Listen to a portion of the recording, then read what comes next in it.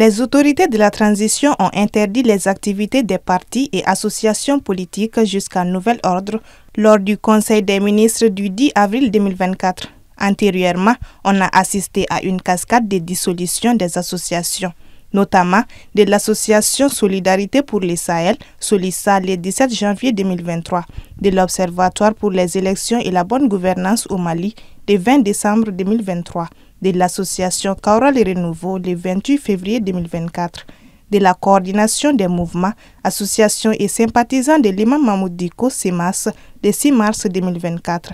et de l'Association des élèves et étudiants du Mali, AEM, le 13 mars 2024.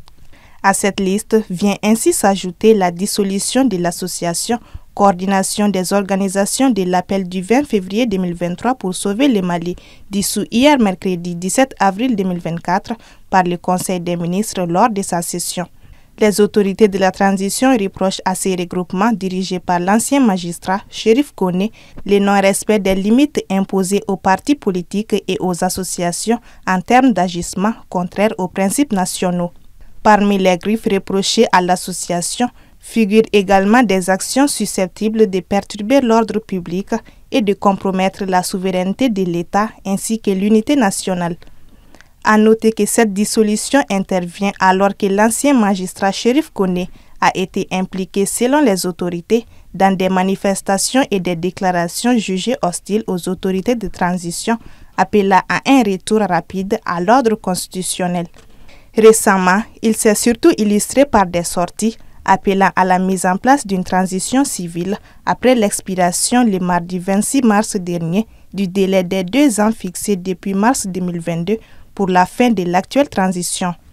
De part et d'autre, les constituants de cette association s'étaient ouvertement opposés à la transition, dénonçant la gestion du pays qu'ils qualifient de mauvaise et appelant à un retour à l'ordre constitutionnel.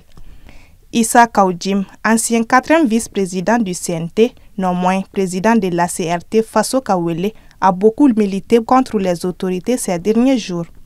Dimanche 14 avril, à l'aéroport de Bamako, il s'est vu refuser l'embarquement à bord d'un avion qui devait l'amener à Paris. Un acte que l'intéressé considère comme une nouvelle manifestation de la répression contre les voix critiques vis-à-vis de la transition. Par ailleurs, l'ancien ministre et député Ousseini Amion Guindo, après la suspension des activités des partis politiques, a dans un communiqué invité à la désobéissance civile de toutes les forces vives de la nation jusqu'au retour à l'ordre constitutionnel au Mali. En plus de la suspension des activités des partis politiques, des regroupements politiques et des associations à caractère politique, les autorités ont également pris d'autres mesures telles que la révision du fonctionnement des associations.